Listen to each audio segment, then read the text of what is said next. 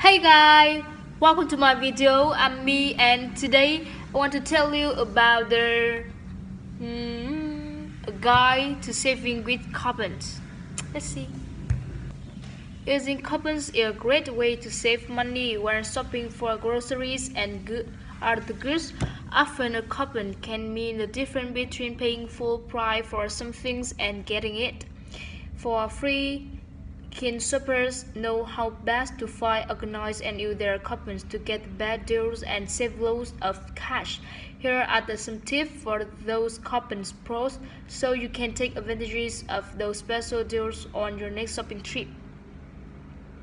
First, you need to find the coupons out that you can use. Your local newspaper weekend edition is a very good place to start as it offers deals in your intermediate area. You can almost certainly find more coupons at the store itself. Check the store entrance for free flyers, which are usually full of coupons. There might even be some coupons for various products in store along the various aisles near the merchandise. Are the great resource for coupons in the internet. There are some incredible useful websites which allow you to search for coupons in certain stores or locations. This makes it easier to find only the coupons that apply to you.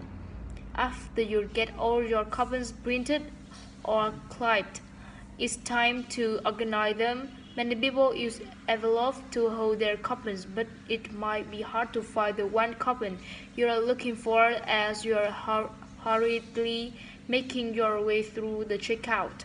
To get around this problem, you can buy and use special coupon binders that will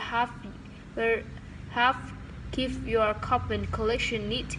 For example, you could use them to order your coupons by their expiry dates to serve as a reminder of when to use them.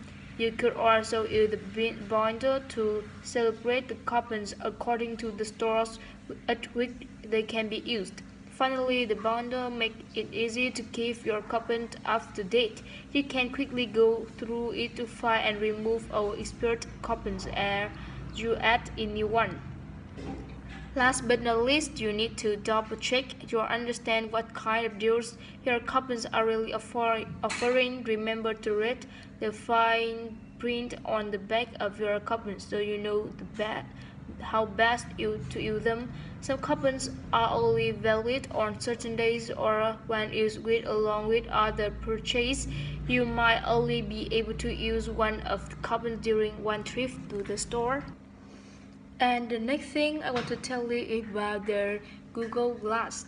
Recently, the technology section of newspapers have been filled with stories about Google's new device called Google Glass.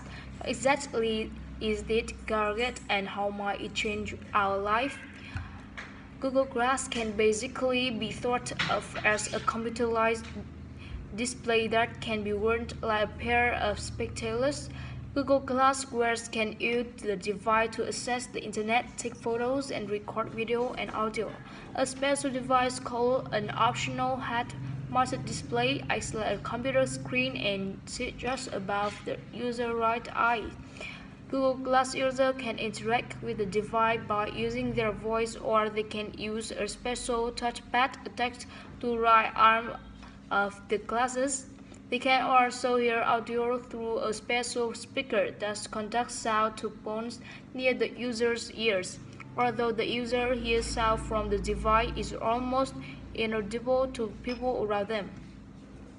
Although Google Glass is not yet commercially available, Google has asked some users to test the device. About 10,000 Google Glass testers have been trying a version of the device called Explorer Edition. Since summer 2013, Google has announced that it expects to sell the device for Christmas in 2014. Even in a short time, Glass users have found some interesting ways to fit the device into their daily life. Some special programs designed for Glass are truly futuristic in terms of how the user can share and experience the world around them. Users can instantly take a photograph or video and share it online. They can also dictate an email message to Google Glass and send it to someone. Google Glass also allows the user to access GPS, navigation software, and have map direction displayed as a part of world around them. Special apps designed specifically for Google Glass monitor the user and warn the user when he or she is getting sleepy while driving car.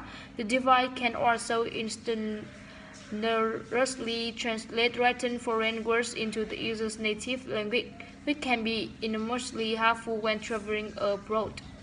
Despite all these impressive capabilities, there are some criticisms regarding Google Glass. One of them is that the battery life is too short. Some tech reviewers have noted that the device will lose its charge quickly over the course of a day.